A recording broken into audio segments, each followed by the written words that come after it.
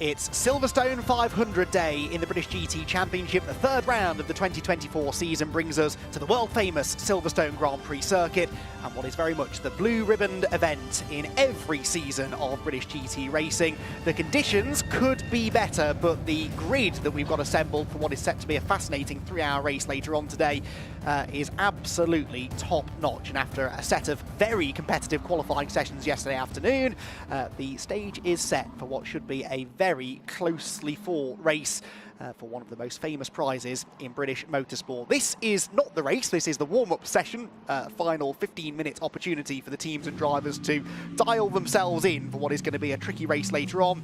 We don't really know what the conditions will be when the green flag drops for 3 hours of racing, but right now, very, very wet out there indeed, and because there is a chance that the rain is going to stick around for a while, I think most of the teams want to try and get at least a bit of wet running in, just to make sure they've got the setup roughly in the ballpark that they're after.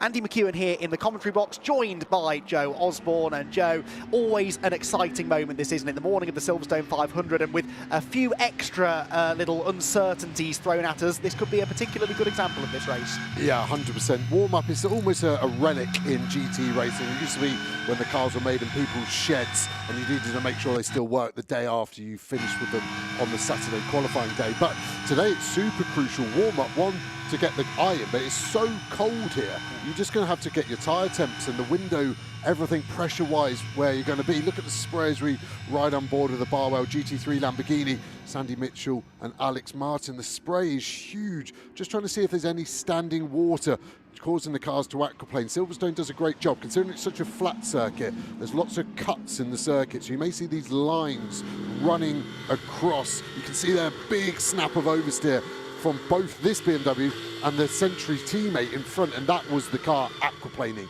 The car is no longer touching the tarmac. There is a sandwich of water between that tyre and the tarmac, and you just lose control, and it's a real odd feeling. It's really horrible, but you need to just crack on and get on with it. There's also sometimes standing water on the exit here, the loop, and the easy way to see if there's standing water is you see the tyre marks cutting through. When they no longer are visible, that's because there was standing water that they just drove over. But people looking pretty racy out there for a warm-up. Yeah, absolutely. I was just thinking that. They're very, very punchy, aren't they? The Century BMWs dicing with each other a little bit. But yes, conditions tricky. It's one of those days I'm very happy that I'm not a racing driver and I can stay warm and dry in the commentary box. Sadly, a luxury that can't be afforded to the third member of our commentary team, because down in the pit lane, amongst all of the activity and all of the rain, is Bryn Lucas. Well, here I am, Andy, down in Century, just trying to find out really what went on yesterday with both Dan Harper and with Lewis Plato, because they didn't perform at all well when you compare their times to Darren Lung and the garage next door at Century as well. And they said they've had real problems with understeer out here at Silverstone, trying to get to the bottom of it with that BMW. Darren Lung, he's not had that problem at all. Himself and Dries van Door have started third, or will be starting third later on. So they've got the setup nailed, but they're not sharing data. They're not sharing data with Dan Harper, Darren's teammate from last year, when they won this event last year. So there's a bit of mild frustration. Dan says he understands it, of course, that Darren's keeping his cards firmly close to his chest, but they've gone out on different setups, made a lot of changes overnight, trying to find out what the issues are and if they've made any improvements. So both cars have gone off in different directions. That's Lewis Plato's car and Dan Harper's car. So expect to see one perform slightly better than the other, perhaps, and maybe they'll bring it back a little bit later on when it comes to the race. But that's all the news here from Century, with Johnson looking on and Carl Cavers not even in his race suit for this warm-up session. Well, that's an interesting little nugget then, Joe. I mean, I know it's a competitive sport, obviously, but running out of the same team at this level, would it be fair to say you normally would see a bit more cooperation than that? Yeah, that's real salty. Dan Harper being politically correct because he's paid by BMW, not the team, so I'm not surprised on his stance. But yeah, some animals are fairer than others, it seems, in that team, so that will create some friction. So it'll be interesting to see if that replicates on track, if there's ever maybe when Vantor is out and one of the AMs, Cavers or Johnston are out, they're probably not going to let him go. So we see some pit stop practice going through there on the very cool GT4 Mercedes one-off entry. Interesting to see how they do. They've been doing a lot of racing, but in a sort of a lower tier of British GT racing. So this is now the Premier Series, quite rightly. So probably just want to see where they stack up in the food chain, and such a competitive grid. We obviously lost a couple of cars. I think we're down to 41. That will take the start at 12:30 later, but yeah, great way to really see where you are in the food chain. As we see the pit stop practice really going on, this is the last chance for teams and drivers really to make sure that their drills are well timed and perfected. Indeed so, because they'll be visiting the pit lane several times during the race later on. There are 3 mandatory driver changes over the course of the 3-hour race, which, as we discussed plenty of times, is 1 pit stop more than they ideally would like to do. We'll get into the intricacies of the pit stop regulations during the race later on, but certainly more important than ever, really, to get those pit stops nailed down, because every other race in the season, they only visit the pit lane once, in theory, as long as things are going to plan. Things definitely went to plan for this car here last year. Darren Leung, the reigning champion, making a return to the British GT Championship aboard car number 1, and this was one of the drivers that won the Silverstone 500 a year ago, but as Bryn was just saying, a different co-driver this weekend, Dries van Tor, because Dan Harper is racing full-time with one of the other Century drivers, but this is a car that I would tip, I think, Joe, to have a good day today. We were actually discussing just before we went on air who we were tipping to win the race. I don't think we ever quite got to the end of that discussion, so I'm going to throw you right under the bus now and ask you to make a few predictions on air. Yeah, I think you're right with this one. They're both rapid drivers, quick car, not quick team, because Century with the other two aren't at the moment. But I think also as a one-off entry, you have this kind of air of arrogance and I don't care, because you're not going for a championship, and you can use that to your strengths in the race. If it's a 50-50 move and the other guy is going for the championship and they know you're not, they're more likely, I think, to back out of that move. I think my second one is probably Mitchell and Martin in that Barwell Lambo. It's a great car in all conditions. We see a bit of a spin there. Is that Petrobelli taken over from Johnny Adam on his outlap? That's coming out of club, and that is amazing not to either hit the pit wall or get stuck in the gravel trap. So it'll be interesting to see if we can see how we got there. But yeah, the Lamborghini has a real strength in all areas, whereas I think the BMW is quick in both the wet and the dry, but the setup is very different for those conditions. So if we do start wet and go to a dry end of the 3-hour race, I think we're going to see the BMW struggle and the Lambo come to the floor. That is an interesting point, actually, and brings me on to my next question. We'll get there in a second. This is what happened to Petrobelli. So through the club chicane, not going terribly quickly, Joe, but it's all about to go wrong. Yeah, it's going to probably be the exit curve then, is my guess. So he's turning in here, all okay, misses that. It's just as he crosses the racing line, so the normal dry racing line is just so much slippier. It gets worn out, so the surface is smoother. Oil and rubber and water don't mix particularly well. And I think it's just as he's loaded up through there, it's just let him go. I'm surprised the traction control didn't help him out a little bit more, so there'll be a chance for him now. But like you said, he was very tentative and timid before we had that moment, so his confidence levels will be rock bottom now. The team will be maybe thinking, what can they do? Can they soften the car off a bit more? As we see the 23 car, is that Buncombe or Mardaba at the moment? It's Chris Buncombe, so the AM in that car, super experienced AM, I have to say, but conditions really difficult. And where is that? Is that Luffield? Yeah. It looks like. That's quite an interesting place to drop it there. Normally cars go in too quick and go on forwards, but he's actually rotated it 180 degrees. I wonder if there's actually a bit of contact there. It's quite strange there, or maybe just too much rear brake bias. There's so many settings these cars have to change, from the super dry quick qualifying where we saw a lap record done in the pro session, to now probably the slippiest conditions you're going to get. I was driving in this morning and my car warned me of icy roads. The temperatures dropped below 4 degrees. And that mixed with rain after some dry running, it literally cannot be slippier out there for these drivers. Right, for the second time, I'm going to try and make my point about car setup then, because you touched upon it just there. This warm-up session, that is one of the things they'll be trying to dial in, their wet weather setup. They've had some wet running earlier on this weekend, but you made an interesting point there about the race. It's a 3-hour race. The conditions will not be static over those 3 hours. They could start very wet and get drier as we go on. So that, I would imagine, creates a real headache for the teams. What setup do you put on the car that's going to work for the entirety of the 3 hours? Yeah, so you look at the forecast, obviously, and then you maybe look at what really gives you a big gain in the wet, and what that would hurt you if it did go dry.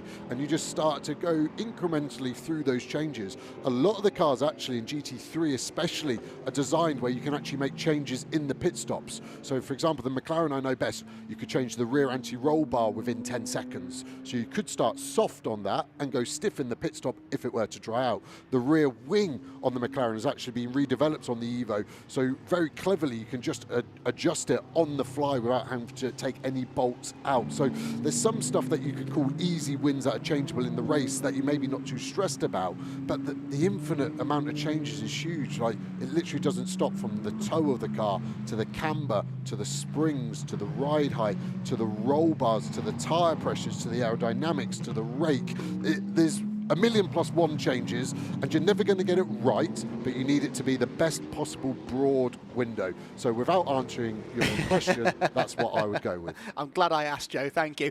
This is the car that will start on the front row, meanwhile, for the GT4 element of the race. Well, it was anyway, the orange and white Ginetta of Stuart Middleton and Freddie Tomlinson going through after a really competitive GT4 qualifying session yesterday. If you didn't tune in, well, you've just about got time to go and catch up with it online before the race starts later on, but it was Optimum Motorsport who came out on top in GT4. Jack Brown and Zach Meekin will start from pole position in their McLaren Artura, whilst it was 2C's Motorsport, the number 18 Mercedes, that will line up on the GT3 pole position. Kevin Say and Maximilian Gertz both putting in a strong effort in yesterday's qualifying session, but both of those sessions ended up very, very close indeed by the time of the checkered flag. So really no obvious favourites, I don't think, in either class. I expect this car to be a factor though, the number 31 Team Parker Racing car, Seb Morris and Charles Dawson. Seb trying to become only the second ever driver to win a GT3 and a GT4 championship. The only other driver to have done so was his long-time teammate, of course,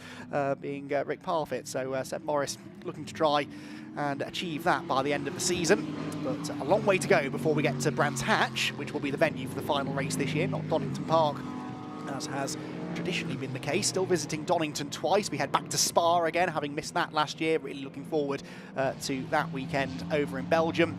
But across all of those races, this, in a way, as an individual race goes, is the one that they all really want to win. And because of these conditions, it's going to be extra difficult to achieve that. 3¼ minutes then to go in the morning warm-up session. A couple of minor dramas, but so far, Joe, most drivers keeping themselves out of trouble. And that means that we have another opportunity maybe to take our eyes off the on-track action and head back down to the pit lane and catch up with Bryn. Thanks, Andy. Yeah, I'm here with Josh Rowledge, not been out yet in the car, not going to go out in the warm-up. Tell us about the setup of the car, though, because you've been struggling a little bit, you say, with the setup and learning this new Evo. Yeah, for sure. You know, with it being a new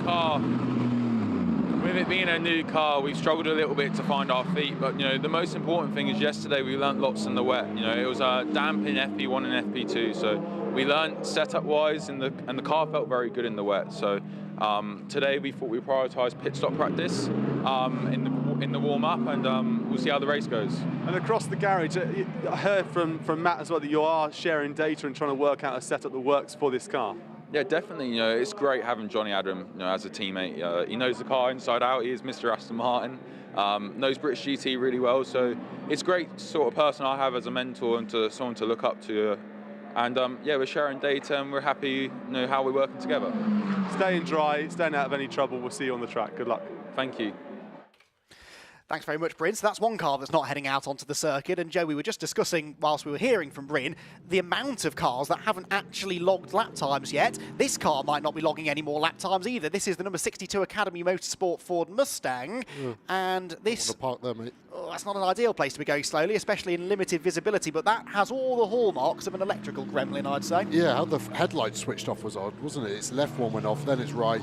Now getting off the track, Matt Lickle-Jones, that was good. I was scared just because he lost all electrical battery. He's going to lose his rain light, and the car is almost the same colour as the tarmac and the spray. So brave Marshall's getting out there, but the windscreen wiper's still going, so there's some electrical current in there, but I wouldn't want to be that Marshall pushing that Mustang across the wet grass. They've really got to go, and some of the cars going too fast for my liking in the background there, but I am perplexed, I think is the polite way of saying, why more cars aren't doing laps and why aren't they pushing. It's like, oh, it's just warm-up.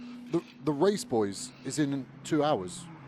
why are we not getting data? It's like everyone's scared of it. Need to get out there, need to get a feel of it. Petrobelli's just spun doing 10 miles an hour, and we're not seeing Rowledge out or his teammate Matt Topham in the sister car. Yes, there's a risk versus reward. There's no points for warm-up, but in 2 hours' time, there's a lot of points on the table. So get out there and try some stuff. It's really frustrating me, I have to say. Whereas we're seeing Darren Luang, Vantor, flat out, P1, they're going to win the race. That's the attitude I want to see, and that's a winning mentality. Of course, we would be the first to say, though, if they binned it and damaged the car and couldn't race, we'd be exactly. So you can't win sometimes, can you? But yes, I agree, especially because we do think at least the start of the race is going to be wet. There are things to be learned if you're willing to take the risk. But hey, you should be rewarded for taking the risk, really, in motorsport. So maybe the teams who are going out there and pounding around at some sort of speed are going to reap the rewards a bit later on. Down the international pit straight goes Darren Leung, and he does not go past a stricken Academy Motorsport Mustang. So does that mean that they got that car going, or has it been pushed out of the way? Matt Nicol-Jones's car, hopefully, is back underway under its own steam and heading for the pit lane. That will speed up the process of diagnosing the issue and hopefully getting it fixed. It does look as though it's going to be car number 1 fastest, though, on its return to the championship. It's been a strong weekend so far for this car, and they are setting themselves up definitely from 3rd on the grid later on this afternoon as one of the pre-race favourites. And we'll have to wait and see a bit later on this afternoon how they get on. Right then, news, we hope, of an Academy Motorsport variety. Let's head back down to Bryn Lucas in the pits. What I love about Silverstone and the Silverstone 500 is just how long the pit lane is, Andy. And there I was down the other end and had to run all the way up here to find out what's gone on with the number 62 Academy car. Matt Nicol-Jones in there right now. I said to him, what's gone on? They said, well, we don't really know because we can't speak to the driver, so that suggests electrical, but they don't quite know. They're guessing it's an electrical problem because of that.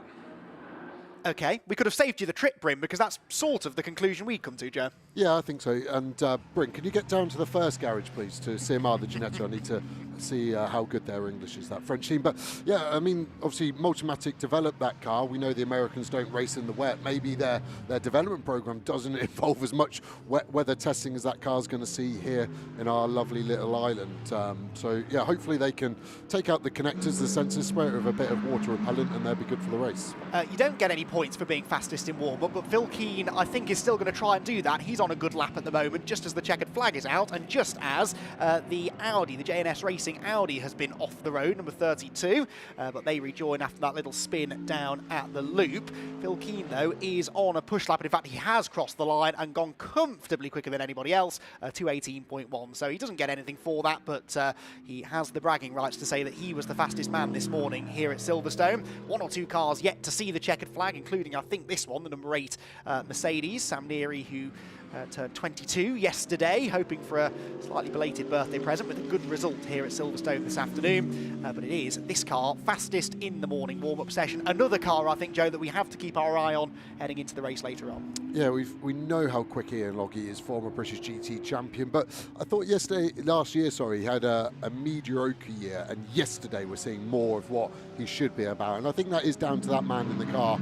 at the moment. Phil Keane, not the sort of sexiest name. We always used to discuss how we'd be faster with other names, but Phil is one of the best driver coaches out there, and that's what's so important about British GT is the pros all do a very good job. That's really boring, but it's all about the AM and getting the best out of your AM, and I think Phil is one of the best at getting that pace from the AM, and we're seeing that again this year from Ian Loggie. And I think, again, 2C's Mercedes at Silverstone, we know it goes well. So them and Barwell, I think, are strong alongside the, what we're going to call it, the black sheep car from Century, the non-data sharers. We're going to shame them into submission, and everyone should be nice these days, shouldn't they? Well, nice doesn't always get you trophies, does it, I suppose? Maybe that's their thought process. But yeah, 2C's Motorsport looking strong, aren't they? They've got both of their cars in the top 6 on the grid, and we had 3 Mercedes AMGs within the top 5 in that morning warm-up session. So in the wet, certainly, the Mercedes looks to be the car to have. In the dry yesterday in qualifying, they weren't slow either.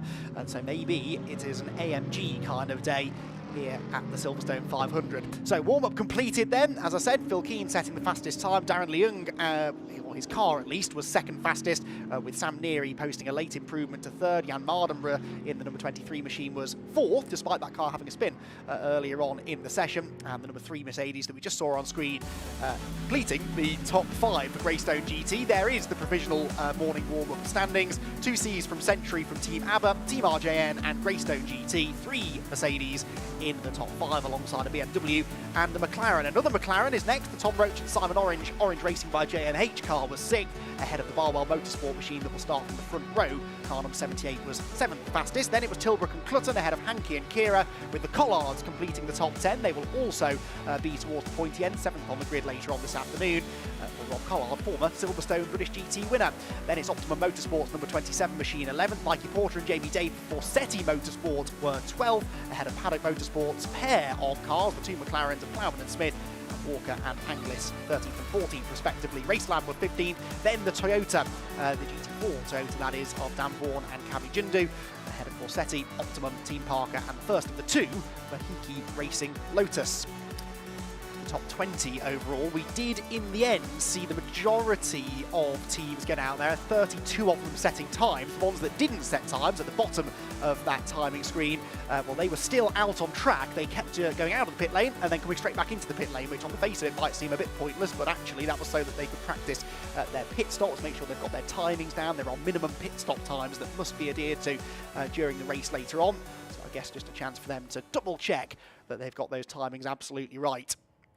Well, there is the answer to my question as to what happened to the number 62 car. It didn't make it back to the pit lane.